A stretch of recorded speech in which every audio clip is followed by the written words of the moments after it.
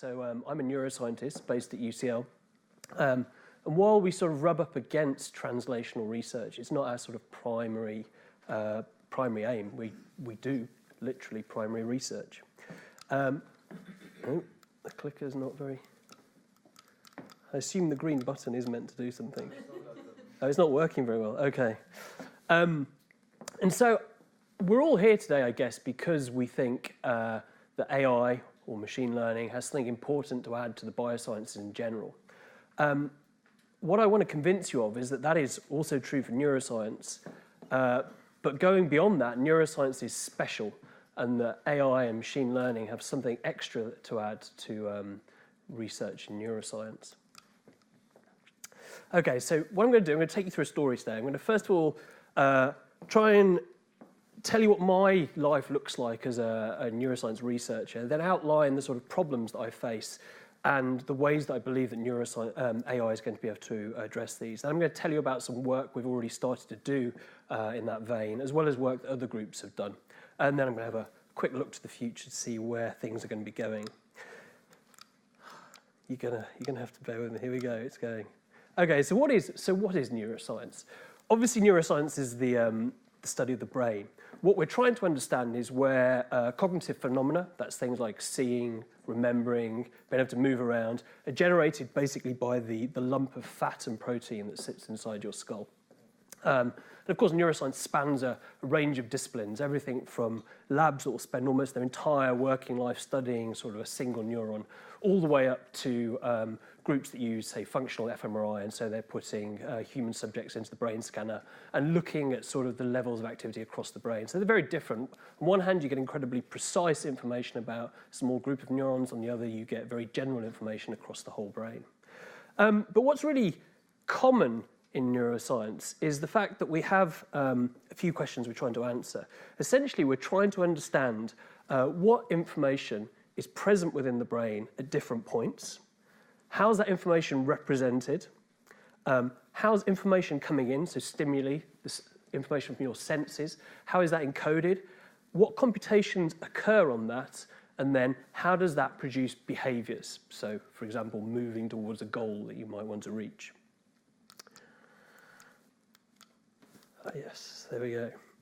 And so to explain that better, I'm going to give you an example from my own field. So actually what I'm interested in, as was said in the introduction, is memory. In particular, memory for spaces, memory for events. So for example, tomorrow if someone said to you, what were you doing, or what did the lecture theatre look like, you'd be able to draw an outline of the lecture theatre, and you'd be able to explain what happened and where. We're very good at this sort of thing. And so my field basically started with this chap here, who was a patient first reported on in the 50s, lived into his 80s, so he died only about 5 or 6 years ago, and he was known as patient HM. And so the thing about HM was that as a young man, he had intractable epilepsy. And so it couldn't be treated with the drugs at the time, so his surgeon thought he'd try an experimental new procedure to try and treat this. And so they removed essentially 2 chunks of brain on either side of his brain. So they removed most of his hippocampi on both sides, as well as other bits of his medial temporal lobe. And so in a sense, this was successful. It massively reduced the number of seizures he was having. But it also had another side effect, so he couldn't form new memories. He could remember things from the very distant past, but had this incredibly profound amnesia, so dense that even into his 80s, he didn't recognize the surgical team that he'd treated him on a day-by-day basis, even though he'd met them literally tens of thousands of times before. And so, of course, on the basis of this, neuroscientists became very interested in what the hippocampus was doing, because it looked like this was something important for storing or encoding memories. And so experimental neuroscientists started to look at what the neurons in the hippocampus were doing. And so a sort of standard model system for us is rodents, freely moving rodents, rats and mice running around in a box. And so if you record the activity of neurons as animals move around, say, in a 1 meter square environment, then what you find is things that are now known as place cells and grid cells. And so I've got an example of these for you. So the plot at the top there, the black line just shows you where an animal ran around over the course of 10 minutes. And the red dots are just action potentials that were recorded from a single neuron. So the first thing you can see is they all happen in the same place. And and we can display this like that, just showing you the cold colors, the very low firing rates, the hot colors, the high firing rates. And so that top thing there is a place cell. It fires in a particular place in the world. You can see my slides have got slightly distorted. The thing you can't see here at the bottom is a grid cell. It fires in multiple places. So it's a bit like a place cell, but there's a very regular pattern. It actually forms a hexagon that you can't see. And so the discovery of these rewarded the Nobel Prize in 2014. And so sort of the end point of our sort of standard neuroscience process is we observe some data, then we try and explain it with a model. The details of this model aren't important, it's one I worked on, but essentially it's trying to explain the information that's, say, going into a grid cell, and we proposed that actually it was information about how the animal was sensing it was moving around that generate this remarkable firing pattern. And so that's sort of almost like a day in our life. Actually, it's more like 10 years in our life, but you get the idea. So what are the problems? Like, where is AI or machine learning going to plug into this and help us? Well, here's our problems. So our problems aren't computational power, despite what some people might have you believe. Yeah, it would be better to have more. But actually, we're already starting to get into the regime where we have enough power to simulate sort of reasonably complex networks of neurons. And let me give you a very trite example. That's a rat. A rat brain has about 18 million neurons, so approximately 10,000 times less than a human brain. But a rat brain is still a good model for a human brain. What you can't see there, because for some reason the image has shrunk, is 6 iPad minis. 6 iPad minis have just over 18 million pixels on them. It's not the same as simulating a brain, but I could give you a single pixel for each neuron and flash them on and off at the same speed that neurons flash on and off. So we're now getting into the domain where we can actually simulate meaningful things about the brain. So that's not really our problem. Our problem also isn't necessarily the amount of data. Various techniques that we use as neuroscientists generate huge amounts of data, and these numbers are actually from a good few years ago. So fMRI study typically generates about 2 gigabytes per brain. Actually, it's more if you use the high-resolution scans. Electrodes that we might use with an animal typically bring in about a gigabyte a minute worth of data. Two-photon microscopy, a way of visually imaging activities in brains, generate upwards of 2 gigabytes an hour. So we have lots of data. We can always have more. We can have it from more structures. The problem is knowing what's in the data. Sure, we can record the activity of a bunch of neurons, and I could show you a neuron firing action potentials, but the real problem is understanding what information is contained in that string of action potentials, and even what format is it contained in. You might say, oh, it's the firing rate, but it's not just the firing rate. It's also the time of those action potentials relative to each other, relative to other things that are going on. And it can be very hard to get at that. The other part of our problem is exactly this, generating the hypotheses and the models. So for example, that model I showed you before, how do we generate that? Essentially, we sat around looking at the data until someone had a good idea. And that's great, but not entirely satisfactory. Like, we'd like other ways to generate models that encapsulate what's going on. And we've become, as neuroscientists, very good at generating lots of papers, and we need to do something to somehow capture all that data and explain it easily. So those are our main problems, well, other than the green button not working. Which brings me, of course, to AI. And when I talk about AI, what I really mean is deep learning. So there's an obvious point about deep learning is that it is inspired by the brain, and it always has been. So the first artificial neural networks, things like the perceptron in the 50s, explicitly were a model of neurons. Things like recurrent networks, those are networks that partially feed back on themselves, which first appeared in the 80s, while not being explicitly a model of the brain, look very much like the architecture of bits of the brain. In fact, interestingly, the hippocampus is one of the most recurrent bits of brain, and that's why we think it's so good at retaining memories and sequences. Convolutional networks, which proved to be very powerful for image recognition, explicitly modeled after the mammalian visual system, specifically cats. And of course, things like deep reinforcement learning, which DeepMind have put to such good use in things like playing Atari games. Reinforcement learning shares its origins with animal learning theory, so based on ideas about how organisms and obviously mammalian brains learn. So basically, the point is, people working in computer science have been very effective at borrowing ideas from the brain, and now we want to try and turn that round and borrow some ideas back. So what's deep learning good at? So let's start at the bottom and move up. Deep learning is obviously very good at taking extremely sort of noisy data when you've got lots of examples and mapping it to categories. So I guess most of you are aware, every year there's something known as ImageNet, which is a competition to see how good your current machine learning technology is at labeling images. And so in about 2012, suddenly it got very, very good. People were applying convolutional neural networks to it. And now we've pretty much past human level ability to label images. And so if you can label images, put categories on them, then you could also take noisy neural data from the brain and link it to stimuli or link it to behaviors or vice versa. You can take stimuli coming in and try and predict what the activity in the brain will look like. What's more, if you manage to train a network to do something like that, say predict from the stimuli that an animal or a human is perceiving what the activity is going to look like in the brain, then you can go away and interrogate the network that you've built and try and find out how it's doing it. How has it found the information? How does it think the information is contained in the brain? What format does it think it's represented in? And so you can use it to start making predictions about things you should look at when you're doing neuroscience experiments. But actually, I think you can go further. Deep neural networks actually make a good model system for the brain. And you can think of this in two ways.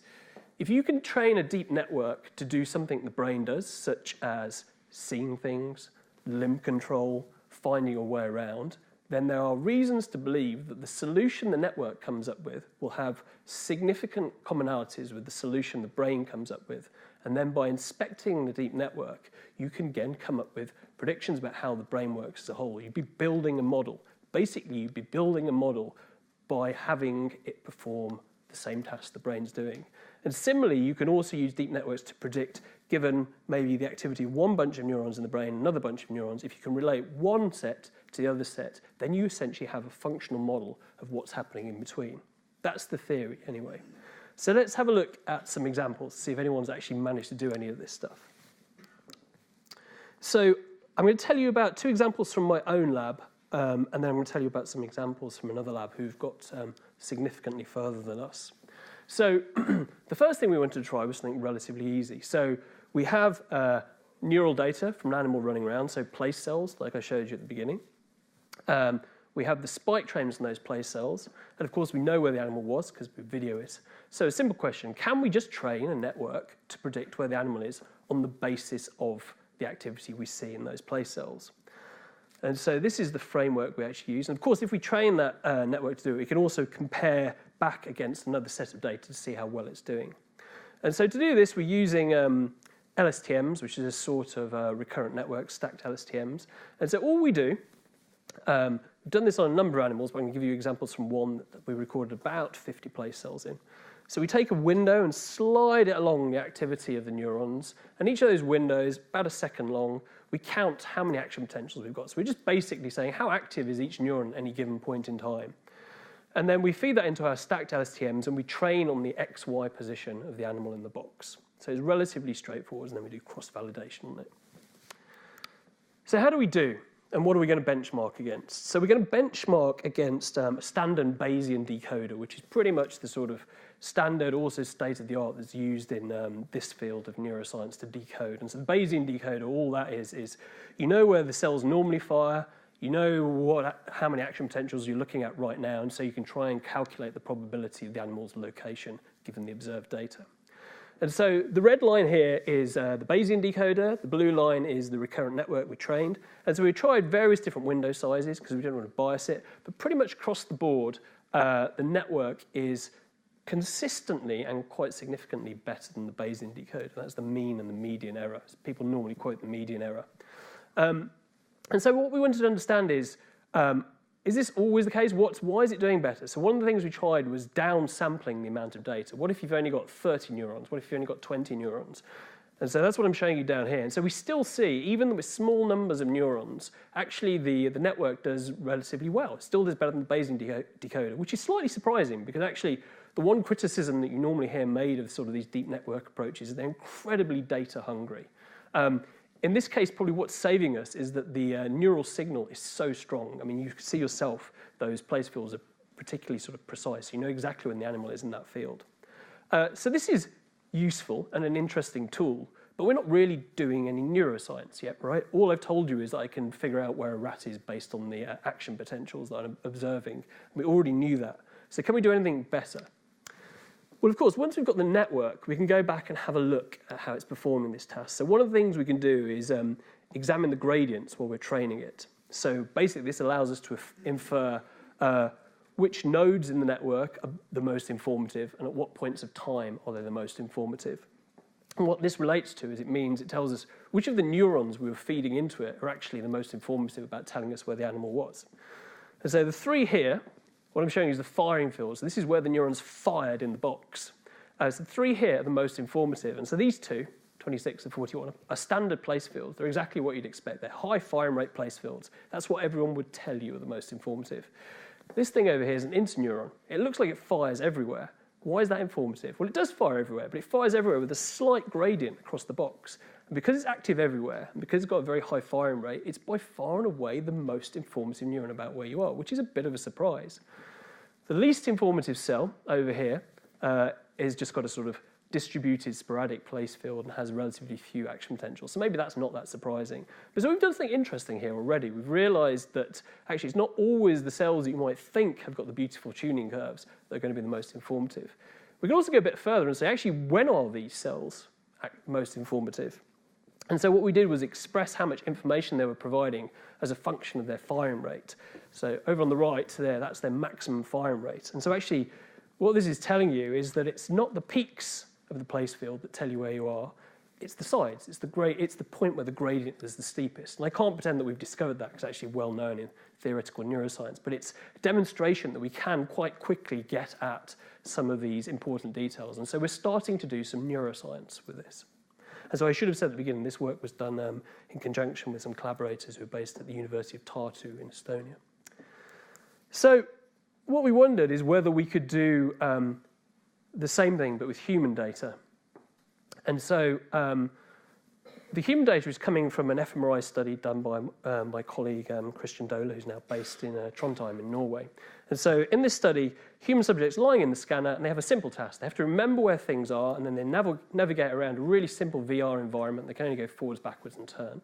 And they have to try and pick up objects, put them back where they remember them. But there's a sort of second task going on that we don't tell them about. There's actually two worlds. They're doing this in... so if you could play the video now, I saw a little cursor appear. Someone was moving the cursor around. Is that going to work? No, maybe I should try. So this is what the task looks like. They move around in the VR, picking up objects, putting them down. You'll see there's some mountains in the background. In fact, there's a subtle difference. There's two sets of mountains that differ very subtly. So they're actually, unknown to them, learning to do a task in two different environments. And eventually get quite good at this, even if they don't really understand that they're disambiguating the environments. And so what we wanted to know was, could we take the fMRI data recorded from their hippocampi and decode which environment they're in? And so this work was done by Sander, who's one of my PhD students. So basically, we're using a relatively simple feed-forwards network. It's not even that deep. It's only got 2 hidden layers. And so each time the subjects are in the environment moving around, it's chunked up into 20-second chunks. They get each object, find it, put it back. So we take the activity in the hippocampal voxels during that period, and then we try and decode whether they're in environment A or environment B. And so, green button. Come on, green button. Here we go. So to cut a long story short, yes, we can do this sort of decoding. This sort of work has been done before. Actually, interestingly, the first person to try and decode a location from the hippocampus was Demis Hassabis, who's now more famous as the head of DeepMind and not as a neuroscientist, and that was about 9 years ago. So this figure seems to have shrunk as well. But what it's showing you is that we do way better than chance. We're up at about 75%. And so we wanted to benchmark this against a sort of relatively standard approach for trying to do these things. And so the red line is us with the simple feed-forwards network, and the blue line, which we're doing marginally better than, although significantly better than, is a standard SVM approach for decoding. And so the question you might ask me, and maybe the question I asked Sander, is why is it not doing better? Like, why are we not totally outperforming the SVM? And so there's some simple lessons and some slightly harder to swallow lessons. And so one reason we're not doing better is actually the data from the hippocampus. The hippocampus is one of the hardest things to image. It's really deep in the brain. Signal's quite noisy because of the air in your ear. It's actually quite hard to get a good signal. If we try the same thing from some other brain regions, we can also decode. You decode which environment they're in from the visual cortex, because of course they look slightly different, whereas you can't do it, say, from the auditory cortex, because they don't disambiguate. So it's partly to do with the signal. It's partly because some of the subjects don't know where they are themselves. But also it's this. So again, we looked at downsampling the data. So this is how big the data set normally is. We've got about 40 examples. And so this is obviously way less than you normally expect to try and train a network with. And so we can see if we downsample it, of course, performance gets worse. But actually, you can see that performance is still increasing. Like, it seems to be linearly increasing. If we had twice as much data, we'd be doing significantly better. In fact, the interesting thing that I'm not showing you is that as we increase the amount of data, the difference between the deep network and the support vector machine grows. So the problem is we need to scan for longer. We can't really put people in the scanner for longer than that because they start to get sick and tired. And what we really need to do is look at other methods for augmenting the data, so finding ways to train more from the same set of data, or indeed identify the commonalities across subjects and train from those. And that is going to be sort of a general problem for machine learning meets sort of these smaller neuroscience data sets. So how about this question about models of the brain? Like, this is the sort of the really big thing and maybe the exciting thing. Can we use networks to approximate the brain, to save us having to generate models? And so the answer is a sort of tentative yes. So I'm going to tell you about some work done by Marcel van Gerven, who's based in the Netherlands. And so what they did, this was a couple of years ago now, published in Journal of Neuroscience. So they trained sort of a fairly deep network to do an image categorization, much like the networks that applied to the ImageNet competition. Again, things seem to have shrunk slightly, but so you have images like this, watches, radios, car wheels, and the network learns to recognize and categorize those. And so they had about 7 hidden layers. And so what they then did, come on, if everyone believes in the green button, it might work. There we go. So first of all, what they did was analyze what you're seeing. What are the sort of the responses you see in those convolutional layers, in those hidden layers? And so it's been recognized for a long time that you see sort of growing complexity. So from the first sort of hidden layers, you have these simple filters. And as you move through the network, you start to get more complex representations. So things like sort of patterns, then moving up to sort of look like faces and various. Basically, what you're looking at is the common categories in the data set you fed the network. And so what they did was a relatively sort of simple categorization of that. I'm going to have to tell you what's on these because you can't see them because they have shrunk. I think that's my fault for not sticking to the format of the slides. And so what they did was they categorized these according to sort of how complex they were, how many sorts of edges you were getting, sort of whether they were lines, curves, shapes, as they came up with sort of categorization system. And so for a neuroscientist, this is very interesting because we see things like this in the visual system. So the ventral visual system of the primate brain has been recognized to build complexity as it goes along. And so as well as training this network, they also scanned a bunch of human subjects in the brain scanner, fMRI, doing the same task, looking at those images and categorizing them. And then they applied their same categorization of levels, how many edges are there, how complex is it, the shapes that you see, to the human visual system. And so what this is sort of a shot of the back of your brain. And so you've got V1, V2, V3 moving outwards. And so that's increasing complexity. The information essentially comes into V1 and flows through the system. And what you see is a very similar sort of building of complexity as you go through the human brain and indeed the primate brain in general. So there's a big overlap between at least at sort of this very high level, between the way the network is solving this problem and the way that the human brain appears to be solving this problem. So it's a tentative yes. This looks like it is a useful model to start with. But let's consider a few sort of final points.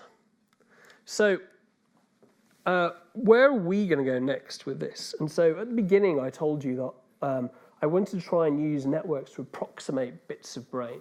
So if I knew the activity coming to this chunk of brain, I know the activity going out, and I train a network to predict this pattern of activity from this one, then maybe I have something that is essentially a functional model, or maybe even a functional connectome equivalent to what happens in that bit of brain.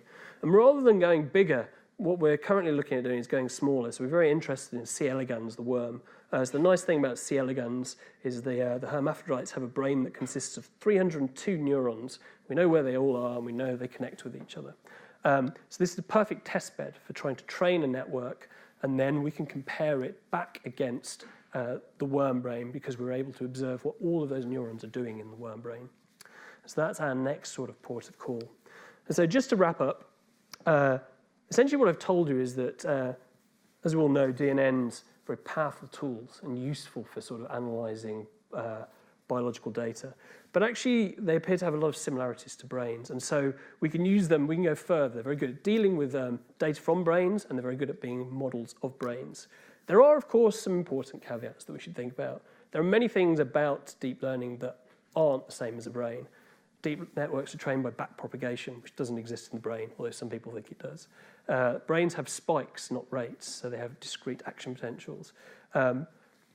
Brains only have positive firing rates. There's difference between excitatory and inhibitory neurons. And what we need to explore now is which of those are important differences and which are just sort of biological differences and don't matter so much. Anyway, thank you very much for your attention.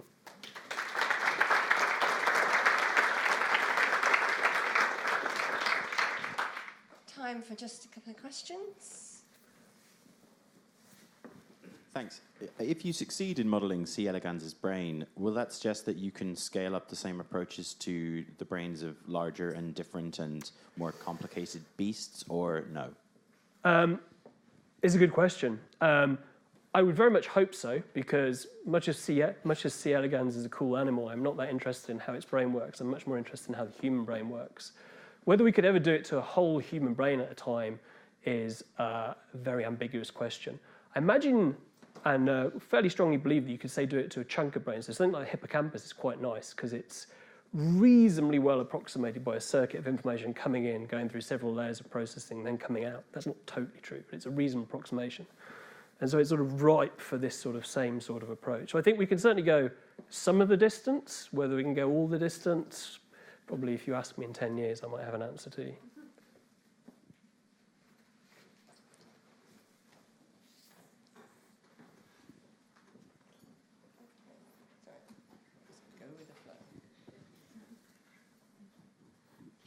Can you speak a little bit more about the inter-animal or inter-human variability that you see? And, could you theoretically, from your measurements, stimulate a certain topographic brain region or certain cells to have another response based on this system?